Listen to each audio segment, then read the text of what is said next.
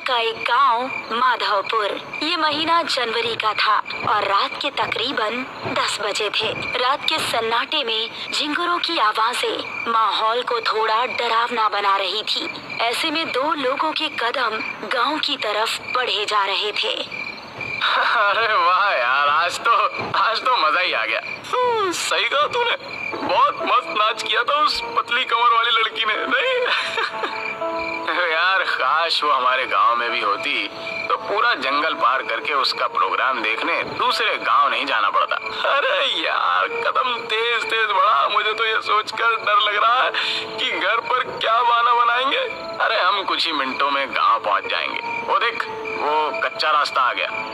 उसकी बात सुनकर महेश ने उस कच्चे रास्ते की तरफ देखा जिस तरफ कोई नहीं जाता था। तू पागल हो गया क्या? हम इस रास्ते से जाएंगे ये जानते हुए कि इसके बारे में कैसी कैसी अफवाहें फैली है। अरे तू भी ना महेश, खुद ही अपने मुंह से कह रहा है कि अफवाह फैली है और फिर डर भी रहा है। मेरी बात मान, इस रास्ते से चलते हैं। 5 मिनट के अंदर हम गाँव में होंगे, वरना बड़े रास्ते से जाएंगे तो 1.5 घंटा लग जाएगा। उसकी बात सुनकर महेश ने एक बार फिर से उस कच्चे रास्ते की तरफ देखा। वहाँ पर इस समय मौत का सन्नाटा छाया हुआ था। अरे चल यार, डरता क्यों है, मैं साथ हूँ ना। और उसको लेकर उस कच्चे रास्ते की तरफ बढ़ गया। दोनों अभी कुछ कदम ही चले थे कि उनको किसी के जोर जोर से सांस लेने की भयानक आवाज सुनाई दी।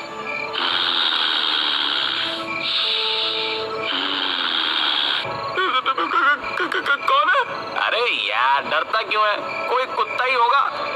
रमेश अभी आगे चला ही जा रहा था कि तभी उस आवाज के साथ उसको किसी के कदमों की भी आहट सुनाई देने लगी।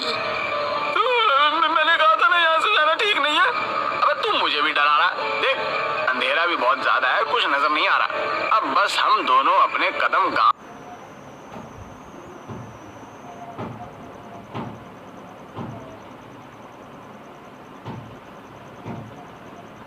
तभी महेश की आंखें फटी रह गई। उसको रमेश के ठीक पीछे 2 लाल चमकती आंखें नजर आ रही थी। तेरे पीछे? अबे कौन है मेरे पीछे? रमेश ने जैसे ही पलटकर पीछे देखा, किसी ने उसका पैर पकड़ा और उसको झाड़ियों में खींच कर ले गया। महेश बचाओ मुझे, महेश। बिजली की रफ्तार से रमेश की आंखों से ओझल हो गया। रमेश के डर का कोई ठिकाना नहीं रहा। वो दिल में बस खौफ लिए तेजी से गांव की तरफ दौड़ने लगा और जब तक वो गांव नहीं पहुंच गया, उसने अपने कदम नहीं रोके।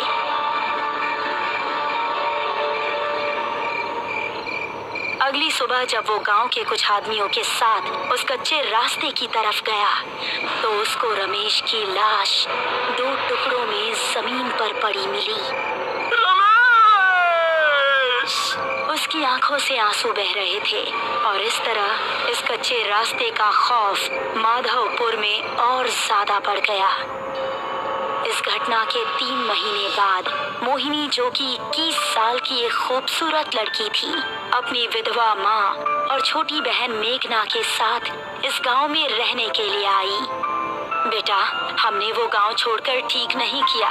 अब पता नहीं यहाँ के लोग कैसे होंगे। मम्मी, थोड़ा तो एडजस्ट करना ही पड़ेगा ना।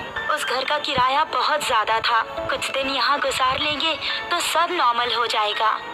वो तीनों अब माधवपुर के एक घर में रहने लगे। कुछ ही दिनों में उन्हें वो गांव अपना सा लगने लगा। मोहिनी उसी गांव के कुछ बड़े घरों में काम काज करके अपना घर चलाने लगी। पड़ोस में रहने वाला रोहित नाम का एक लड़का मोहिनी को दिल ही दिल में पसंद करने लगा था, लेकिन उससे बात करने में थोड़ा हिचकिचा रहा था। एक शाम जब मोहिनी अपना काम खत्म करके घर पहुंची तो उसको घर में मेघना कहीं नजर नहीं आई और माँ काफी परेशान दिख रही थी। माँ, मेघना कहाँ है?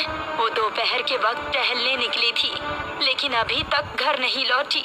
मैंने आसपास पता भी किया, लेकिन वो कहीं नहीं है। मुझे तो अब बहुत डर लग रहा है, पता नहीं कहाँ होगी वो। अरे माँ, आप डरिए मत, मैं अभी उसको ढूंढ